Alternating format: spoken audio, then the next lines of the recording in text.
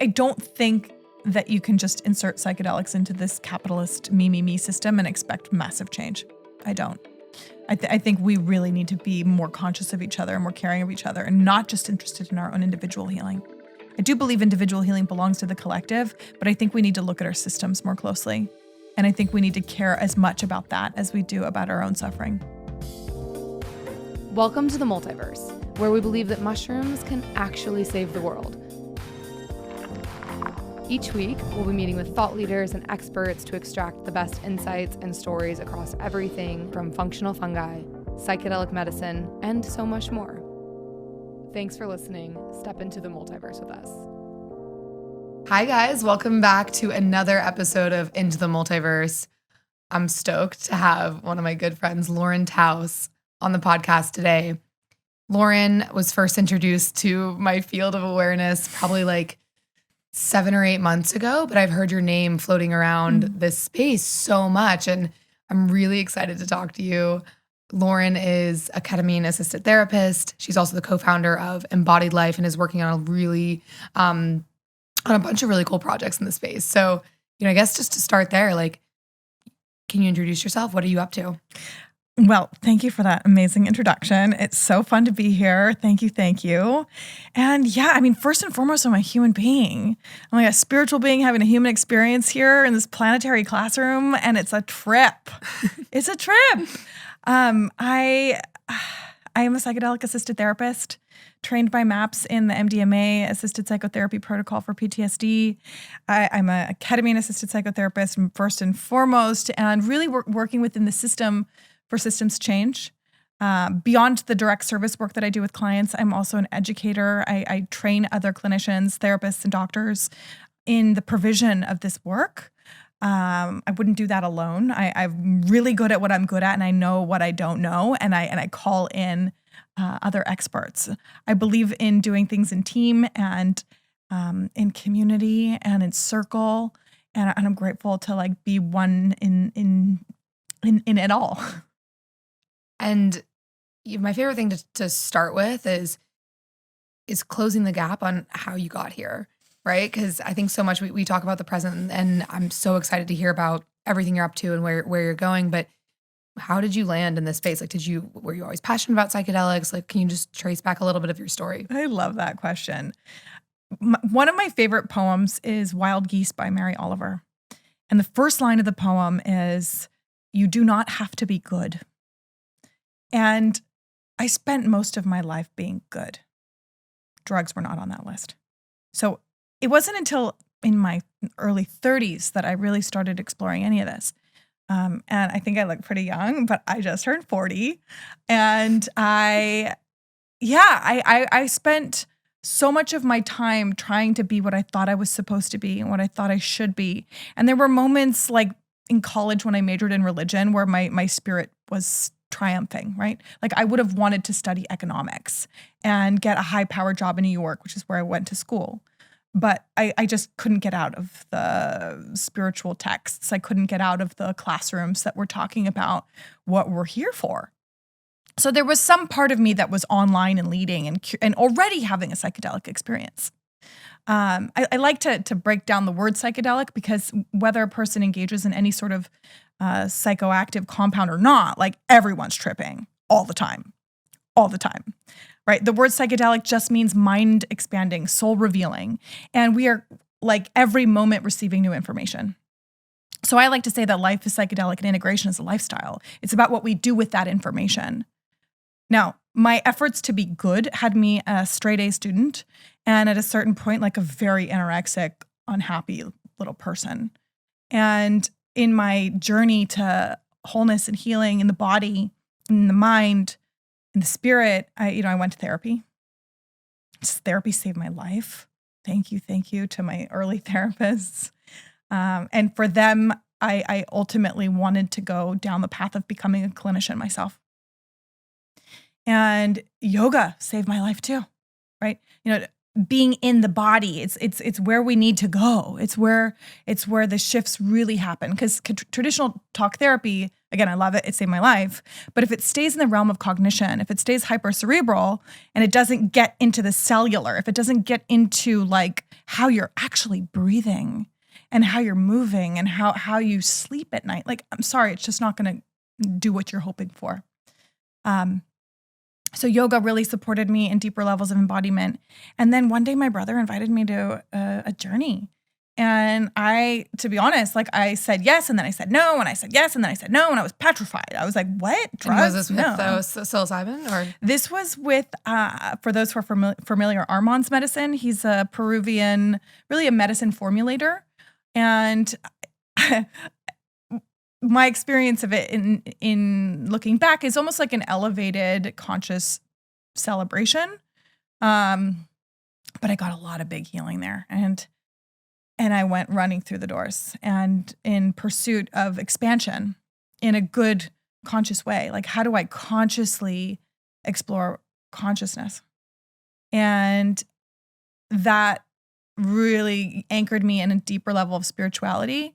That was personal. That was about my own divine communion. And I've since flown the wings of many things many times, and I'm grateful for all of those experiences and the ways in which they've shaped me and have supported me in understanding how to better support other people, right? Like I mentioned the trainings, and a big part of the trainings that I offer is experiential with ketamine, because psychedelics are so hot right now. It's so trending right now. It's so big business right now.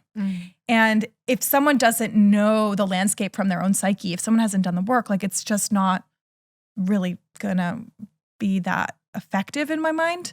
This isn't hypertension medicine or diabetes medicine. This is consciousness we're working with. And we're all dancing in it. And, I guess it's a good place because I wanted to ask you about this. I didn't think we'd get there until later, but how important do you think it is for people to have a deep experience with psychedelics before they administer them, whether it's, through therapy or, how important is that? My opinion is that it's essential that people who are in the space of facilitation, guiding therapy, like they need to know from their own experience. I don't think everyone needs to do psychedelics. I don't. I think certain people shouldn't do psychedelics. And I think a lot of people should. And I think like a lot of people who haven't yet really should dive into those deep, beautiful waters in a good way. And like who is sitting with you and present with you, especially in early journey stages, is paramount. And for those who might be in an initial inquiry, I invite all the questions to the facilitator. Like, don't be afraid to ask any and all questions in order to ensure that the journeyer feels safe and that they are safe. So, to the question, like, is it important for the facilitator to have the experience? It's like, yeah. I don't want to go to a golf teacher that doesn't have a solid golf game. Like, I don't want no armchair anthropology in the space. Like, you could have a good sitter, I suppose, who's not experienced, but it's not really my vibe. Yeah, no, and we've talked about this a lot on this podcast in particular, because there's a lot of people obviously that are starting companies in the space, that have it's big business, right? Like there's over really 100 for-profit companies. There's 50 publicly traded across different exchanges in the United States right now. It's everywhere. Yeah, and I love MAPS is obviously taking all of their therapists through that training, and I think that's to the same reasons you're speaking about, really important for myself. Like I wouldn't want to sit with someone who hasn't had, a reasonable amount of experience with that medicine. Totally. Like I wouldn't want to climb Mount Kilimanjaro by myself or with someone who didn't know the terrain. Right. Like that feels actually a little dangerous to me. Mm-hmm. But this is kind of what we're talking about. Okay. So that being said, who is ketamine for? And I think I want to talk about a few different things. Like, I think I'd love you to speak to actually, what is ketamine-assisted therapy for people that have heard about it, but they don't really understand. And it's obviously a lot different from a lot of traditional psychedelics. Most of what we talk about in this podcast is mushrooms and functional mushrooms and psilocybin, but we're covering all psychedelics. So the question is, what is ketamine and who is it for? Great. I love this question. Thank you for asking it. So personally, I came to ketamine as a clinician second to after MDMA training. And when it was suggested to me by my dear friend Natalie Ginsburg at MAPS, I looked at her like she had 17 heads, because I had seen ketamine used in recreational contexts in ways that made me a little bit uncomfortable. And of course, I was interfacing with my own judgment, so I get to take responsibility for that. But I saw people pursuing the K-hole, right? The famous K-hole. And sort of laying out and looking comatose. And I was like, what? Like, that's therapeutic? And actually, the K-hole is what I now call transformational space when I'm working with it clinically. So what is ketamine? Ketamine is a dissociative anesthetic. It's an incredibly safe and effective medicine with many different applications. It's used in veterinary medicine, yes. So people ask, isn't that a horse tranquilizer? Yes, it's a horse tranquilizer. Also very common in pediatrics. A lot of doctors will use it to intubate children. Very, very safe medicine. It's used at higher doses than I would work with as an anesthetic. It's been life-saving on battlefields. And within the realm of clinical practice currently, which I look at the ketamine landscape right now as the wild, wild west. There aren't real clear protocols for practice, nor do I necessarily think that there should be. But there's maybe a larger margin for error as we navigate together. So ketamine is used clinically in a number of different ways for mental health. It can be used in anxiolytic dosing, which is a fancy word for anxiety reducing. In lower doses, it essentially disarms a person. It functions like a social lubricant and perhaps gives an individual more access to their emotional range in session. And I work with ketamine generally in higher doses. So I'm working in psychedelic doses. What that means is I'm on purpose creating a real timeout, a real disruption in a person's ordinary mind, right? Now, we all have certain repetitive thought patterns and they're painful and exhausting. And for a person to really have a proper reprieve creates a moment in time and a spaciousness to like come back to it differently. So ketamine is clinically indicated for the treatment of treatment-resistant depression, treatment-resistant anxiety, amazing for OCD. There's some exciting research around ketamine for the treatment of eating disorders, which of course speaks to my heart. Really, really exciting for postpartum depression. Lactating mothers can safely avail themselves of this. And of course, when a lot of PPD comes up for women, it affects the children too, the babies, so that we have effective solutions that a lactating mother can still have ketamine therapy and be served is amazing. I'm really excited about the application of ketamine for suicidality and end-of-life care because of its ability to really dissolve a person's egoic identity construction, like completely. There's a sense of what death might be like. And what people generally find is that it's not so bad. And instead of kicking and screaming down the hallways of death, people might be able to let go with more grace and ease and be able to talk about it, which is an incredible gift. So, I digress, but I think that in many ways, COVID is a collective confrontation with death, and people are being asked to look at their own mortality. And people don't, in this culture, generally talk about or think about their own finitude. And we're all going to die. Every last one of us. It's part of the game. And so I'm personally excited about treatments for the dying. But yeah, I hope that answers some of the questions. No, it definitely does. And I think, I have a lot of people in my circle that are really starting to be interested in ketamine therapy. So it's having this massive surge, especially in, more coastal Western, especially in LA and New York, where these wellness trends tend to pop up first. That's where all these psychedelic therapy centers are popping up. And it's a very exciting time, but it's also for the same reasons we're kind of talking about around integrity with the space. It's super interesting, right? To see who's doing it and why.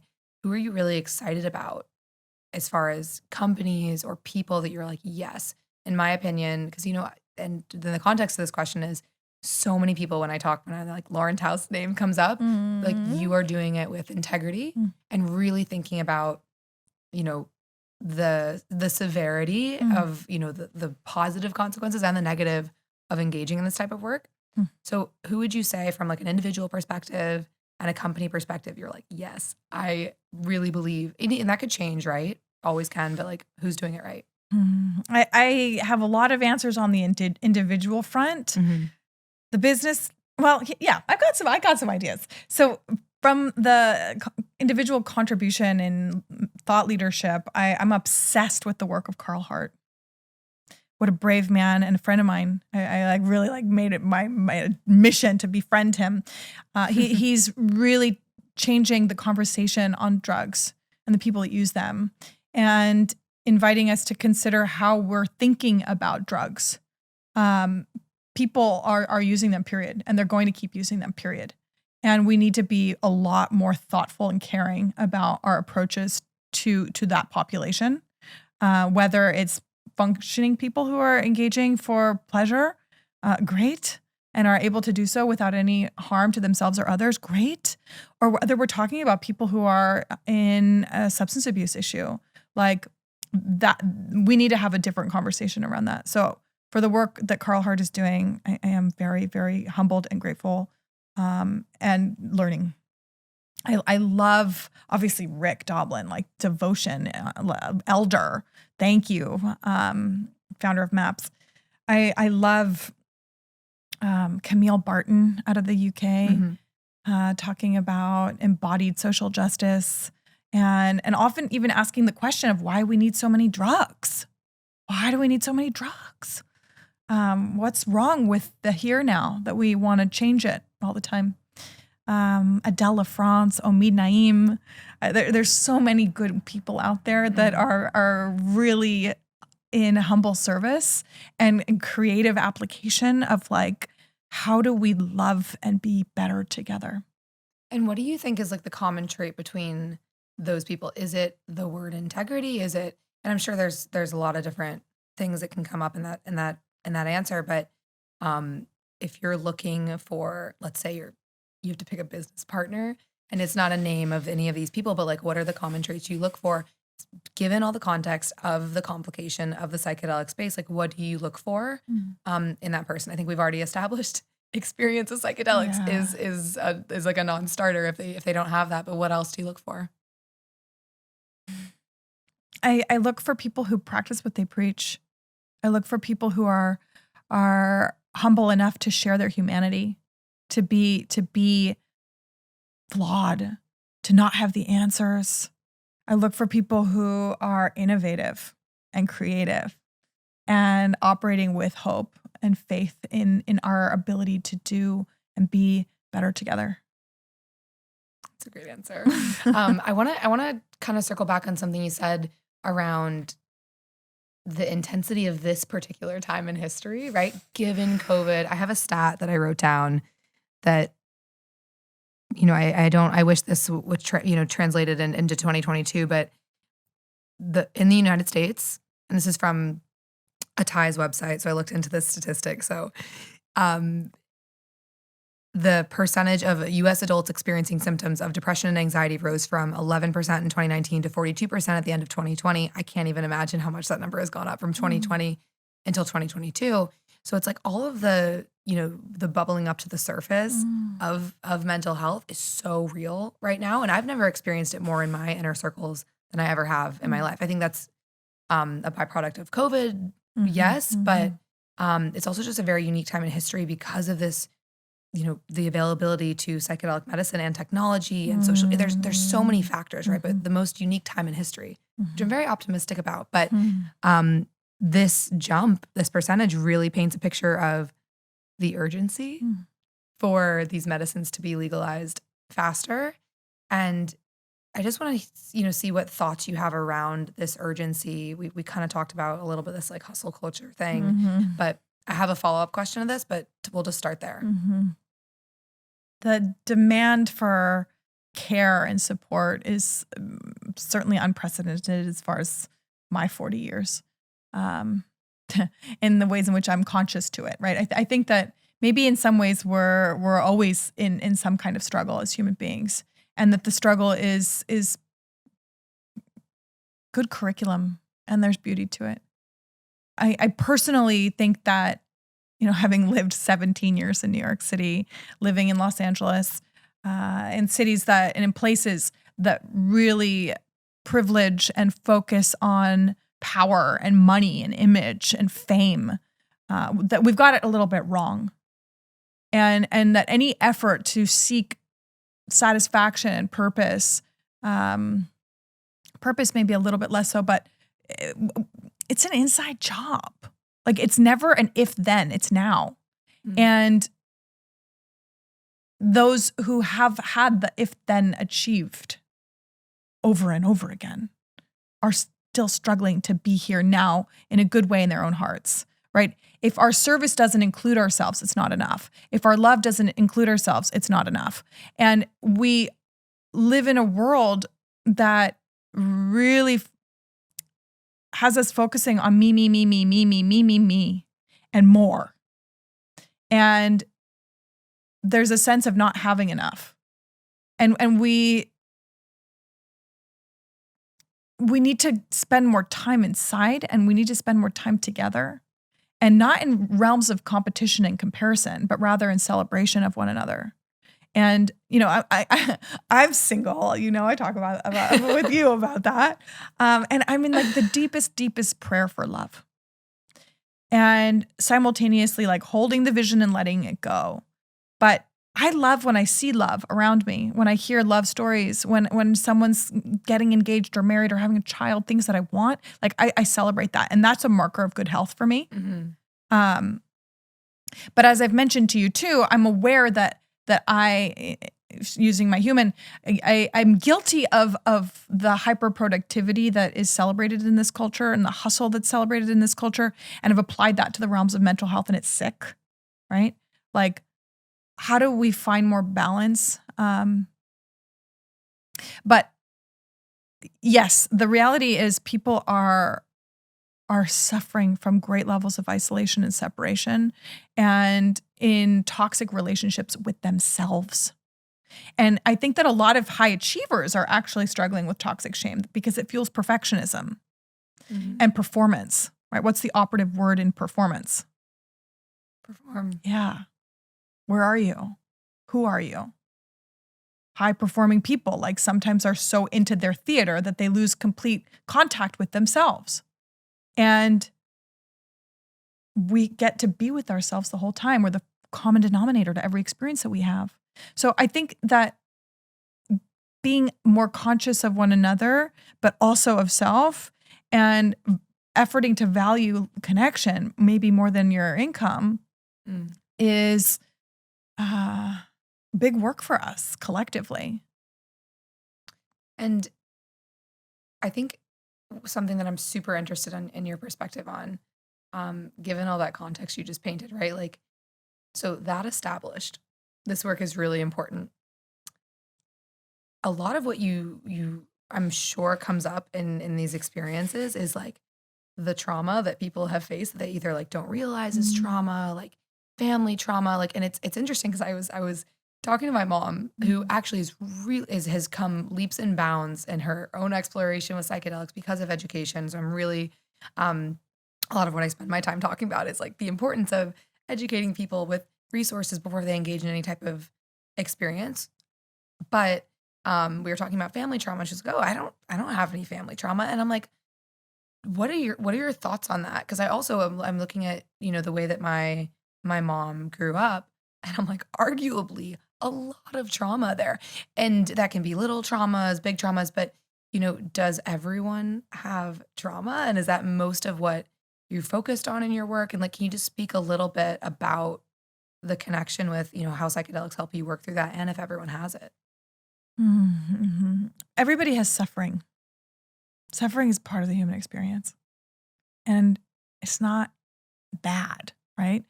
I think we have a tendency to like want to turn our backs to it because also we see so much of it everywhere. Mm-hmm. And I do believe that we are really in one shared field, And so whether someone has, little T trauma or big T trauma, we're all in the same soup. And with psychedelics,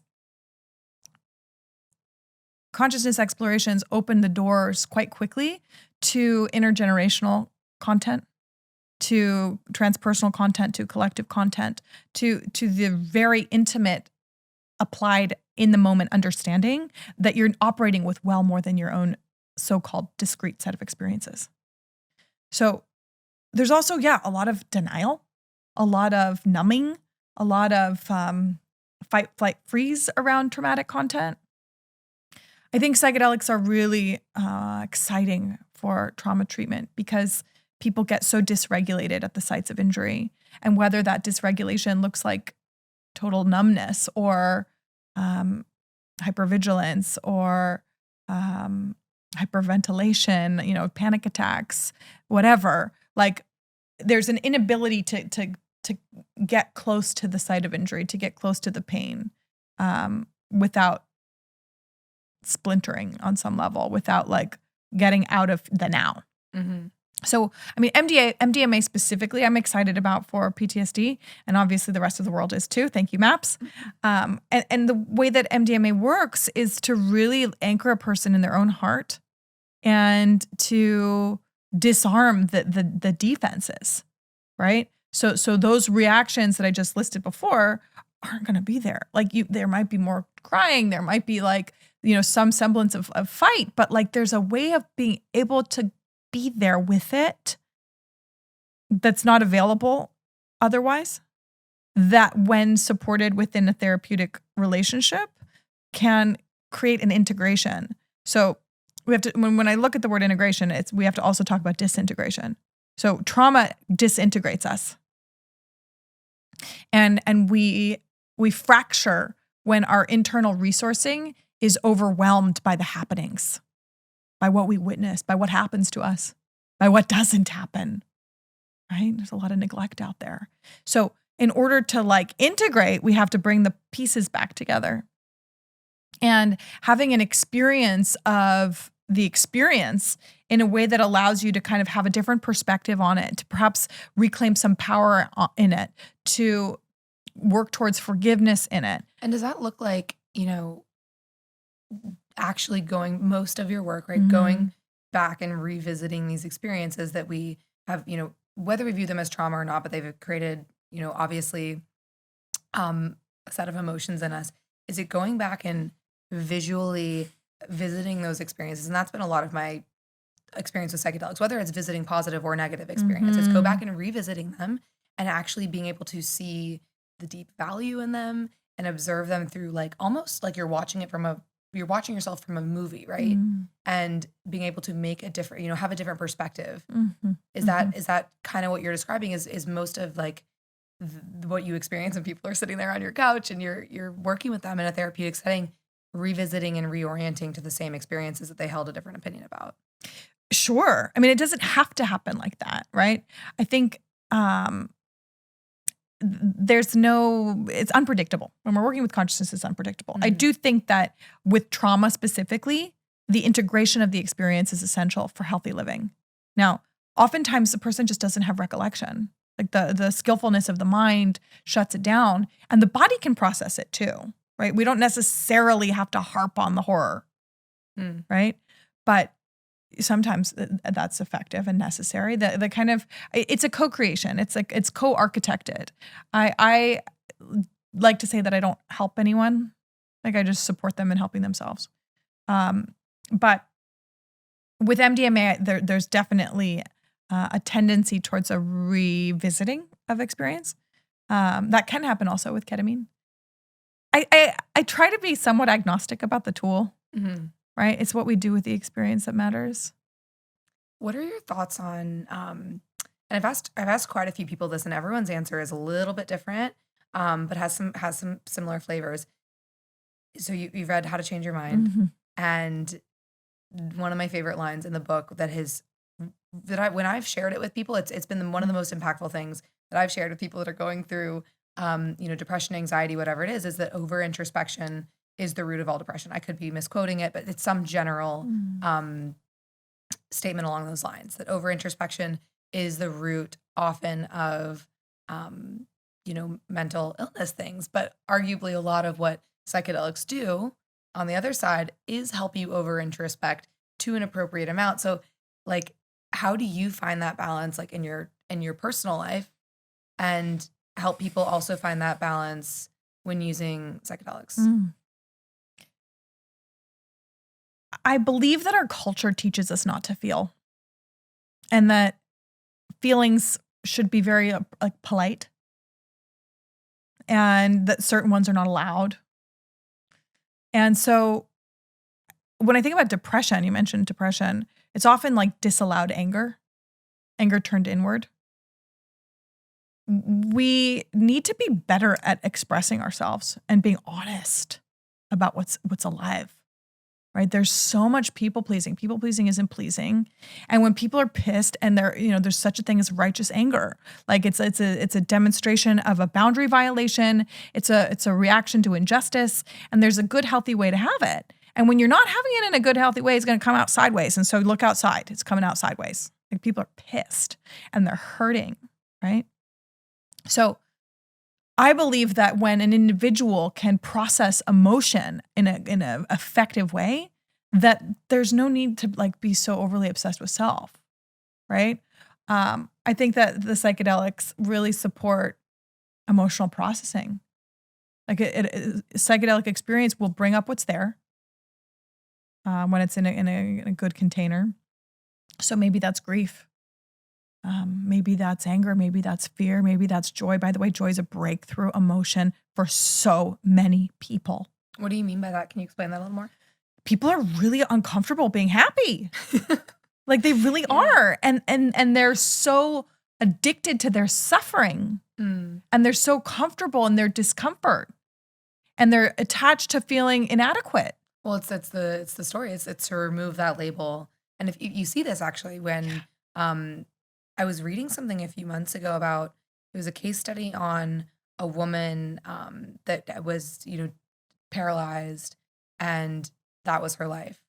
But then somehow it's like she was not completely like just paralyzed for certain parts of her body, and she overcame that. But because her identity was so tied in with that old narrative of herself, it actually made her sicker, and she died quickly after that.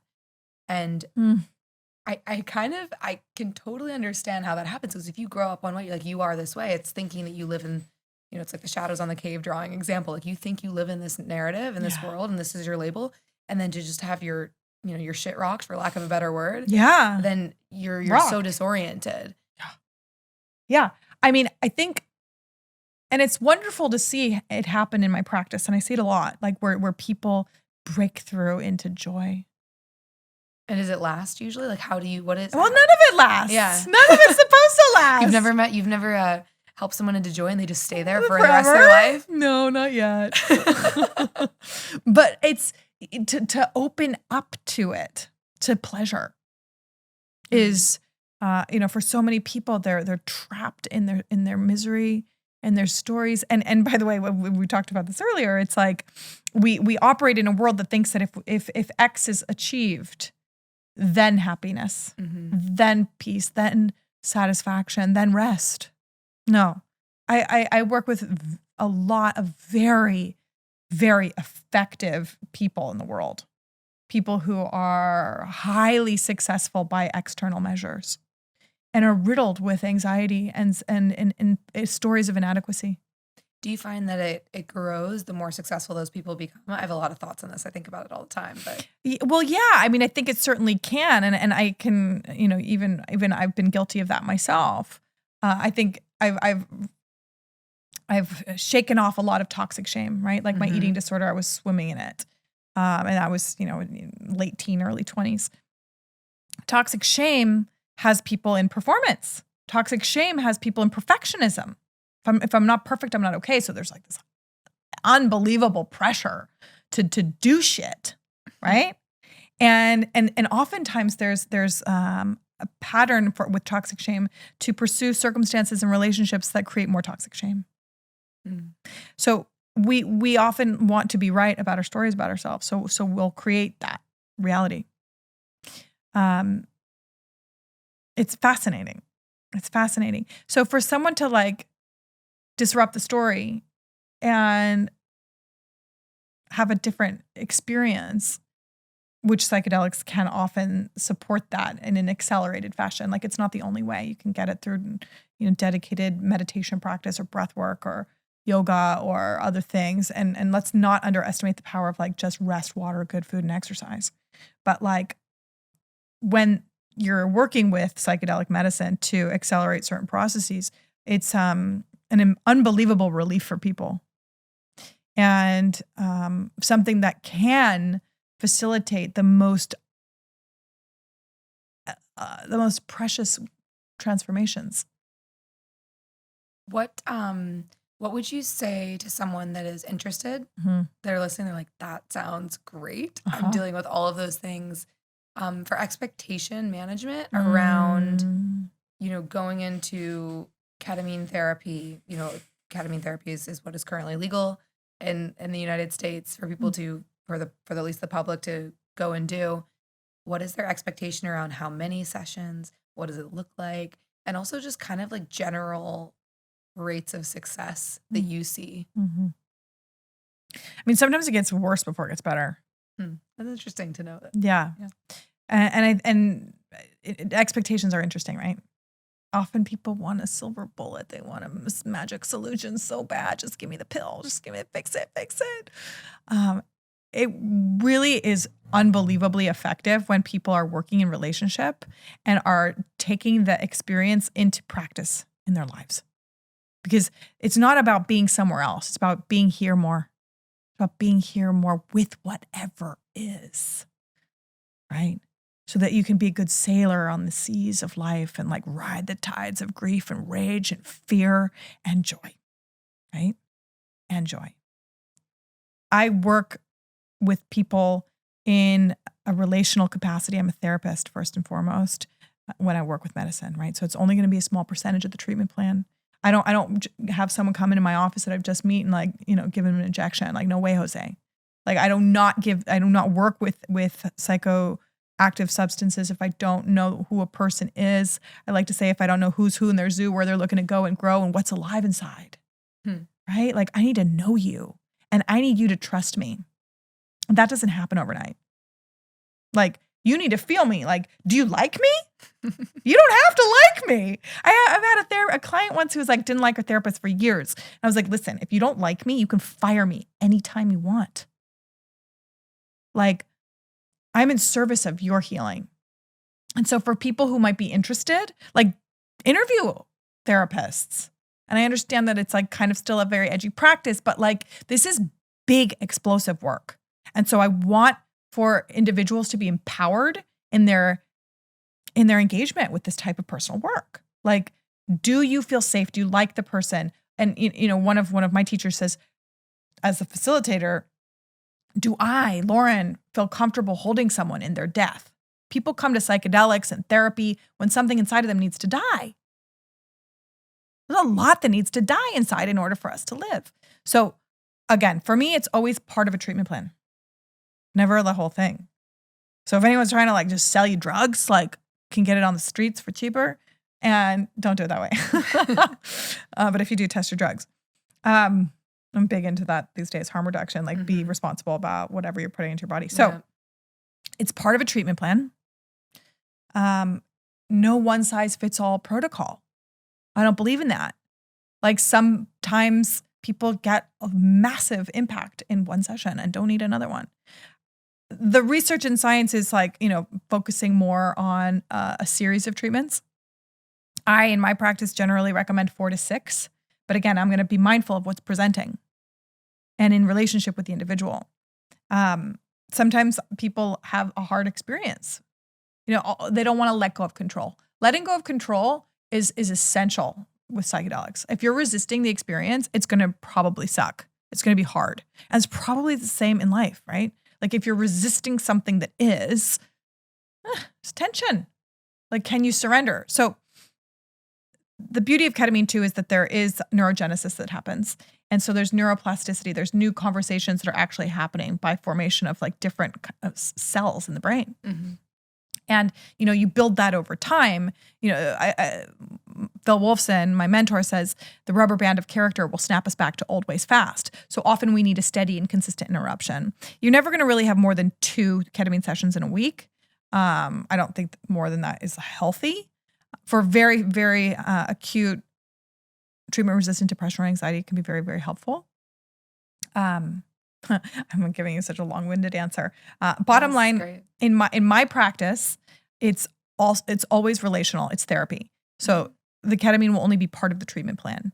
It's not a one-size-fits-all, but it's generally 4 to 6 treatments after 4 to 6 sessions of like developing rapport. There's always going to be a session, an integration session the day after a ketamine session in order to really milk that golden hour of change. That you have really sweet spot for like making changes and adjustments and refinements and getting into alignment.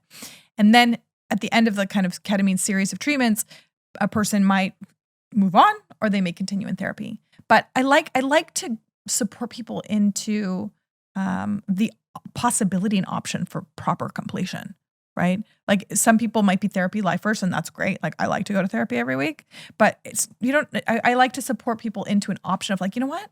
I have some really new cool like, tools and skills. Like I'm good for a little and then maybe I'll re-engage. Yeah, like I don't need this all the time. I want to ask you about ketamine addiction. Yeah. Because, ketamine actually uniquely, out of all the psychedelics, is the one that I know the most people that are struggling with overuse of. Like no part of me, and I have sat with ketamine, sat with psilocybin, other psychedelics, and like no part of me wants to take a large macrodose of mushrooms every day. Like that doesn't sound enticing at all. But for some reason, people that, that are using ketamine can have that experience where they want to be using it every day. And it's this slippery slope. What would you say is something to, for people that have addictive, is it just people who have addictive personalities? Like, do you notice a pattern for people that should not be using ketamine because of its, susceptibility to this kind of, I don't know if addiction is the right word, but I would love to hear your thoughts on that. Great question. So ketamine is, it's a dissociative anesthetic. People use any psychoactive substance from alcohol to ayahuasca for one of 2 reasons, and then many under each of these umbrellas. 1, departure, evasion, get me the fuck out of here. 2, I'm going inside. I want to connect more. I want to celebrate more. I want to be here more. Right? Very different. Same substance. People can do that with ayahuasca, with leaving. I have people who like go to like an ayahuasca concert and they're going all the time. It's like, whoa, why do you have to go to ayahuasca all the time? Like, I think facilitators is a different kind of initiation and practice, but like, why are you leaving? Or what can integrate me, bro? I love that meme. I don't know if you ever saw it. Like, it's like, integrate me. Alcohol. Like I'm Jewish and I'm deeply connected with my Judaism. Alcohol is sanctified and used in ritual for thousands of years. Alcohol is a beautiful thing, like wine specifically in the Jewish tradition for all the holidays. Like, unless it's a fasting holiday, we work with alcohol to sanctify and separate the mundane from the sacred. Ketamine as a dissociative anesthetic is a great drug for addiction. Now let me tell you why. It's a dissociative anesthetic. Leave, numb, dissociate. Numb, anesthetic. In smaller doses, it can function almost like alcohol, like a social lubricant, so people can kind of get into that zone or they want to really go far out and leave. And so, ketamine is very a ripe drug for someone who's looking for a way out. And I think we need to be a lot more curious when someone's leaving than pointing our fingers at a drug. Like what's actually going on inside of this person? Why are you leaving? Like what's not okay here? What's uncomfortable for you? Yes, it's perhaps like an easier drug to like to misuse or to fly away on. But I think when anyone's flirting with real addiction, like probably shouldn't use it. I've worked with a lot of people in recovery from different substance abuse problems with ketamine in a very effective, meaningful way.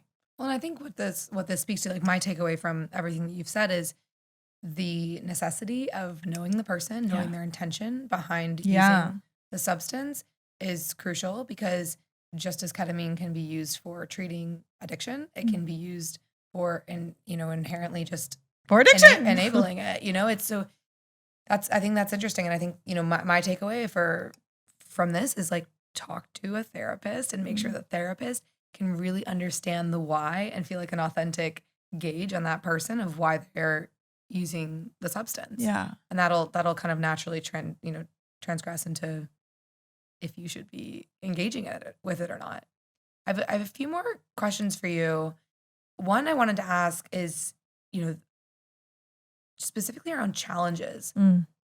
What is the most challenging part of your work that you've experienced, whether it's like a general, like long-term, like this is an ongoing thing, or just like a specific experience because of your work in this space that has been like really challenging, with whatever detail you want to go into? I would say there's two big challenges. Number one, I am such a student in this planetary classroom, and I so often feel ill-equipped. I mean, I do trainings all the time. I lead trainings. Like I've done, graduate school. I'm licensed in multiple states, but like, it's just a big responsibility. And to like be in the space of like, it's okay to not know the answers, and that it's actually not my job to fix anyone, right? Like I want so badly to like support the people that I support into the results that they want. And I don't really have control over that. Like I can work on being more effective and like more loving. Like love is a big medicine. And I think it's a word that needs rehabilitation in my space, but letting go is hard. Especially when people are suffering. I want to really help. I really want to help. And I just have to do that U-turn, help myself. It's also really challenging to boundary my time. And again, we mentioned the application of hyperproductivity and hustle culture to mental health. And I've been guilty of that. And I've been wanting so much to help. And I've worked with too many people at times in my career. And I don't think that is good for anybody. Right? To put your oxygen mask on first. Yeah. And I know that my colleagues are guilty of the same. Like we're working too much. There's also beautiful interpersonal challenges that in the business and it's all growthful. But this is like the business of health and the health of business is challenging, and to be really like in the right intention about it. Well, and I'm sure also like, to see these I mean, I have personally witnessed within myself and other people the rapid transformation within psychedelics. So there's almost an addiction to like that pace of healing, like for people that are efficient. And I heard Tim Ferriss say this on a podcast once. And I've followed his work for so long because I love his hacks of life and his efficiency and all these things. And so psychedelics for someone that is like 10 years of therapy in an hour or whatever it is, or several hours, that is so enticing. And then for people that are also facilitating that therapy, it's like, wow, like, just 8 more hours, I could cure this many people. And then the domino effect that you can spin on that. But burnout is really real. Oh yeah. I mean, I in my trainings, I say, we're only ever as good as we are. We're only ever as good as we are. So if I'm not well, I can't facilitate wellness. I can't, if I'm not, in my own healing, if I'm not living from my own integration space, like I can't facilitate integration and healing. So it's a tall order. And I do really believe that mental health is the biggest problem on the planet. And every other problem is connected to it. Depending on what studies you look at, it's 1 out of 8 people. And those are the reported people that are coming out of the closet with their mental health. But issues around greed or like, the climate or sex trafficking or, eating disorders or homelessness or intimate partner violence or et cetera, et cetera, et cetera. It's all mental health. It's all mental health. So what would you say, the world looks like in 5 years if, honestly, if we continue at the pace that we're going with psychedelics and it's done with integrity, what do you think the world looks like? Like, what is the impact that you hope to have with everything you're doing? I don't think that you can just insert psychedelics into this capitalist me system and expect massive change. I don't. I think we really need to be more conscious of each other and more caring of each other and not just interested in our own individual healing. I do believe individual healing belongs to the collective, but I think we need to look at our systems more closely. And I think we need to care as much about that as we do about our own suffering. I love that answer. Okay, these are my last few questions for you is I briefly want to talk about examples of transformation and without, giving up confidential information. Yeah. I think the most impactful stuff for me that I've heard is specific cases around I was suffering, because that's what people connect with, right? They can put themselves in that avatar of a person. Like, what is the most common thing that people walk away with that you can point to safely without giving away confidential information from the therapy that you provided? Sure. Okay. So ask or just dive into it. Just dive into it, just dive into it. There's one client who really comes to mind who wants her story shared. A massive PTSD history, decades in psychotherapy, decades. Working with me and with the medicine, working rather in relationship with the medicine, with the relationship of the three of us, off of 30 years of psychoactive, SSRIs. Yeah, SSRIs. So 30 years of SSRIs off, doing well in relationship with her higher self. And I just wanted to, sorry to interrupt, but this comes up a lot. Yeah. So people that are on SSRIs, right? Do they have to be off of them to engage in ketamine therapy, or can you use them in symbiosis? I know my answer to this, but I'm super curious because I think this is really important. It is an important question. So ketamine is safe for people on psychotropic medications, and it's unique from the psychedelics in that, right? One can't really safely engage with psilocybin or MDMA if they're taking psychotropic medications. So while I understand that this country is like wildly overprescribed, a lot of people are well served and are getting good impact and good like care through these medicines, and still can avail themselves safely of another treatment that might accelerate and amplify the good. So yeah, it's really beautiful in that way. I've seen people get out of suicidality quickly with ketamine treatment. I've seen people learn to really love themselves. I've seen people get massive job like pay raises, and I've seen people leave high-paying jobs for low-paying jobs that are actually paying their spirit. I've seen people like, change their relationships with their parents and their children and forgive. I've seen people confront like family secrets after like decades of silence and step into whatever emotion needs to be processed for the person to like live well. I've seen all kinds of cool shit. It's very, very, very a really helpful. hefty list. That's amazing. Yeah. Wow.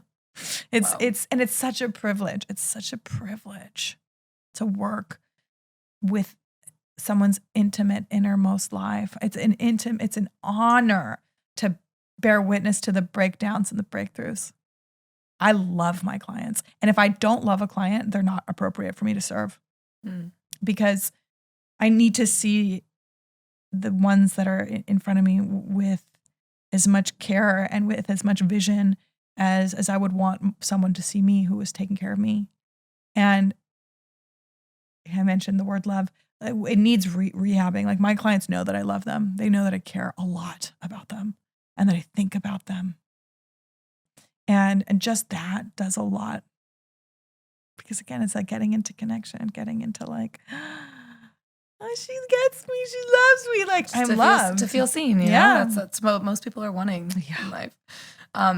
What is the most important lesson that psychedelics, it doesn't have to be ketamine, it can be ketamine, psilocybin. What is the most important lesson if you had to point to one that they have taught you?